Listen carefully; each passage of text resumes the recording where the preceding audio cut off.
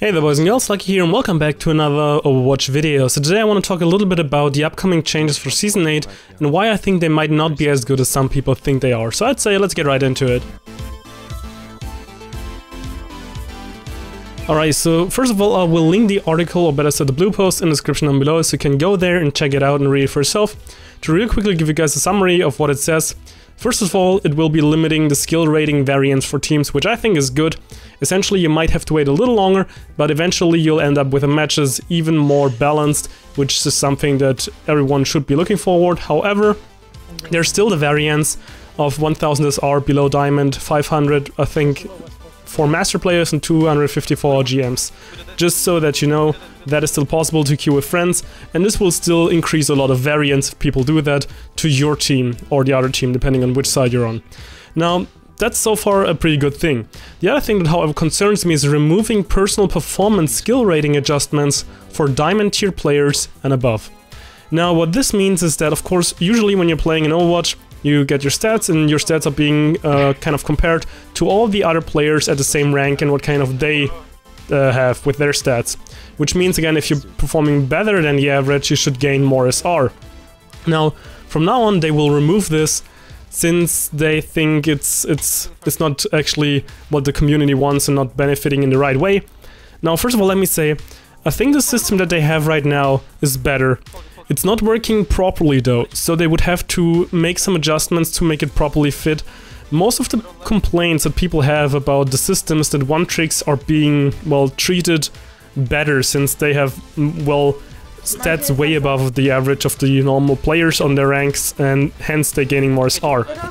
And they're able to keep themselves within like a 40% win rate in GM or something like that. So the thing is now, when you're not giving performance-based SR anymore, first of all, just right off the bat, a one-trick will still be a one-trick. Like, a person who only sets out to play one character, he doesn't really care if he wins or loses, he doesn't really care if he loses a lot or nothing at all, it's just he wants to play his hero. So if anyone thinks this will actually do something about one-tricks, I don't think really that would make anything at all, like that would not really make any difference. People will still one-trick if they want to one-trick. Of course they might get like fewer SR, but like if you think about it that way, the only time when people complain about one-tricks on their team is when they're losing with them, hence when they're being countered hard. And now if they're being countered hard, think about it. No matter how good, like they won't get good stats. If they're countered hard, they get like maybe 1 elim and 30 deaths or something like that. That's not good stats. So whenever they're being countered, they are not going to get any more like better SR anyways. Essentially, I think they would actually lose more SR because they were underperforming compared to the usual stats. So I think this is something that people have to have in mind.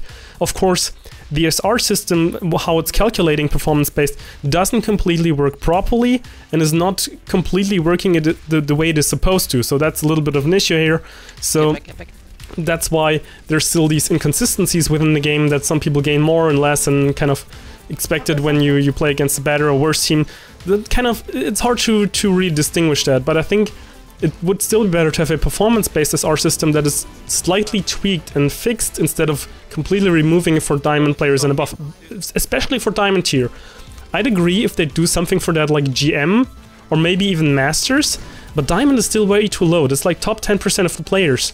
I think in that it's for Diamond players it's really still a lot about individual performance. Of course, overall Overwatch is always a team game, but just the way it's being made, I still think that Diamond is a little too low to actually start with that, to do proper ladder, like only win-loss, because right now we already have problems with throwers and trolls, and like previously if you had a troll on your team, you of course would lose the match, but you could still try to give it all you got, try to play your best and still have good stats, so you would kind of balance it out. Now it doesn't really matter, you can do nothing at all or just try your hardest, it doesn't really matter, you will lose the same amount of points, which again actually discourages players from playing to the very best.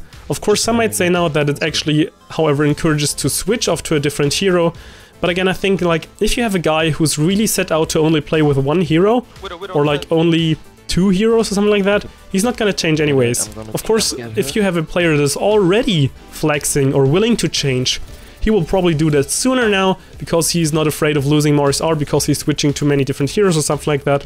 But in general, I think Diamond tier is still too low for such an approach, because Diamond really is not a tier where, like, it's really all about, like, you know, it's not really high skill plays. It's above average for sure, but I think a pure win-loss system should be reserved for GM top 500.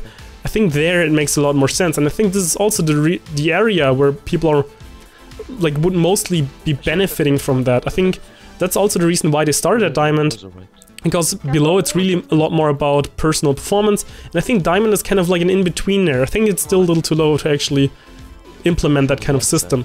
I'm also not quite sure if they would really, like, I mean, we gotta wait and see how this is actually going to turn out and how the system will work now, again, for everyone who's Diamond and above. But personally, I think, yeah, I mean, to some degree it encourages switching, but again, from my perspective, only to people who were already willing to change or swap, and at the same time it enables throwers to, or like just trolls, to not lose as much SR but make everyone lose the same amount of SR. So I think this is actually benefiting throwers, because now, like, it doesn't really matter if you're good or bad in the game. Of course, you could also say you cannot lose as much anymore if you got a thrower, so there's also another side you could look at it.